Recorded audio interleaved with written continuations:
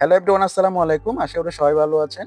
সুপ্রিয় দর্শক, প্রিয় সঙ্গী, প্রিয় শ্রোতা, আজকের ভিডিওর মধ্যে দেখানোর জন্য চেষ্টা করব ২০২৫ সালে এসে যারা এখনো ভোটার হতে পারে না, যারা ভোটার হওয়ার জন্য আগ্রহী হয়ে বসে আছেন, চিন্তিত আছেন, তাদের জন্য আজকের ভিডিওটা খুবই গুরুত্বপূর্ণ। আপনারা সবাই জানেন ইতিমধ্যে গ্রামে, গ্রামে গিয়ে ভোটারের হালনাগাদ চলতেছে। এখন আমি আজকের ভিডিওর মধ্যে যেটা শেয়ার করব ২০২৫ সালে ভোটার হতে গেলে যে সকল ডকুমেন্টগুলো লাগবে, সে প্রত্যেকটি ডকুমেন্টগুলো আমি আপনাদের মধ্যে তুলে ধরার জন্য চেষ্টা করব। সো এই ধরনের লেটেস্ট আপডেট যদি ভিডিও পেতে চান, চ্যানেলটা সাবস্ক্রাইব করে নোটিফিকেশন বেলটা অন করে দিবেন।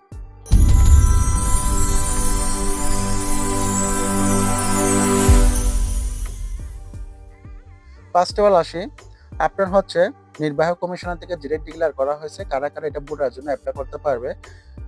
২০০৮ সালের ১ জানুয়ারি অথবা ২০০৮ সালের ১ জানুয়ারির আগে যারা জন্মগ্রহণ করেছে শুধুমাত্র তারা ভোটার হওয়ার জন্য সুযোগ সুবিধা পাবেন। আমি আবারও বলতেছি, ২০০৮ সালের ১ জানুয়ারিতে অথবা ১ জানুয়ারির পূর্বে যারা জন্মগ্রহণ করেছে তারা শুধু ভোটার হওয়ার জন্য সুযোগটা পাবেন। ঠিক আছে? এখন ভোটার হওয়ার জন্য যে সকল কাগজপত্র লাগবে তার মধ্যে ১ নাম্বার, জন্ম নিবন্ধন বাংলা ইংরেজি অনলাইনকৃত হতে হবে। আপনার জন্ম নিবন্ধন এটা বাংলা এবং ইংরেজির মধ্যে অনলাইনকৃত হতে হবে। দেখা যাচ্ছে বাংলার মধ্যে অনলাইন করা আছে, ইংলিশের মধ্যে অনলাইন নাই, তাহলে সেক্ষেত্রে হবে না। আপনার জন্ম নিবন্ধনটা আগে আপনি ঠিক করে নেবেন বাংলা ইংলিশের মধ্যে। ঠিক আছে? এটা আপনার শুরু হবে ফেব্রুয়ারির ৮ তারিখ থেকে এবং সময়সীমা লাস্ট ১১ এপ্রিল পর্যন্ত। এখনো পর্যন্ত সময় আছে। এখন এটা জানুয়ারি চলতেছে। ফেব্রুয়ারি মাসের ৮ তারিখ থেকে আপনার ফেব্রুয়ারি মাসের ৮ তারিখ থেকে এটা আপনার ১১ পর্যন্ত চলতে থাকবে। ঠিক আছে?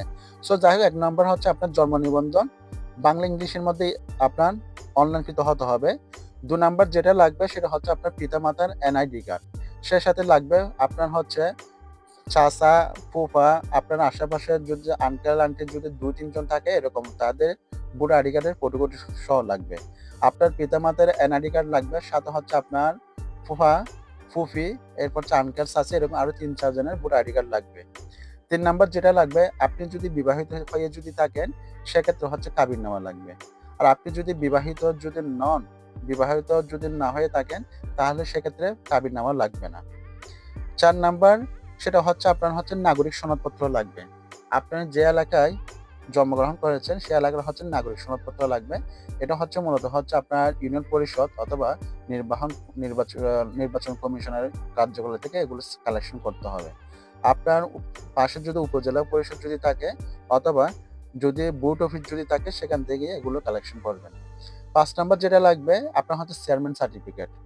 আপনার সেই চেয়ারম্যান সার্টিফিকেটের ছবি যুক্ত হতে হবে এবং স্বাক্ষর, সিগনেচার সমস্ত কিছু থাকতে হবে। ৬ নাম্বার আপনার শিক্ষিত হলে আপনার থেকে সার্টিফিকেট লাগবে।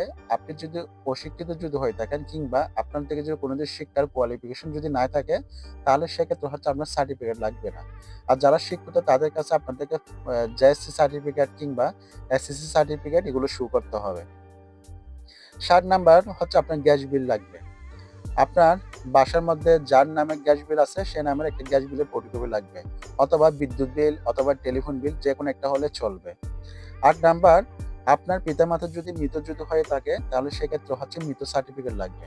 যদি মনে করেন আপনার পিতা বেঁচে আছে, আপনার বাবা বেঁচে আছে, মাতা নাই, তাহলে মায়ের মৃত সার্টিফিকেট লাগবে। যদি দুজনের মধ্যে যদি কেউ যদি না থাকে তাহলে সেক্ষেত্রে দুজনের নামে মৃত সার্টিফিকেট লাগবে।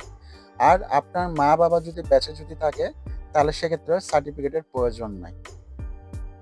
আর পিতামাতার মৃত সার্টিফিকেট আপনারা কিভাবে কালেকশন করবেন, কিভাবে কোথা থেকে সংগ্রহ করবেন, যদি এরকম যদি কারোর যদি অজানা যদি থাকে তাহলে অবশ্যই কমেন্ট সেকশনে আপনারা মন্তব্য জানাতে পারেন। যদি আপনাদের যদি চাহিদা যদি থাকে পিতামাতার মৃত সার্টিফিকেটগুলো কিভাবে কালেকশন করব তাহলে সেটার উপর ভিত্তি করে ইনশাআল্লাহ আমি ভিডিও করব।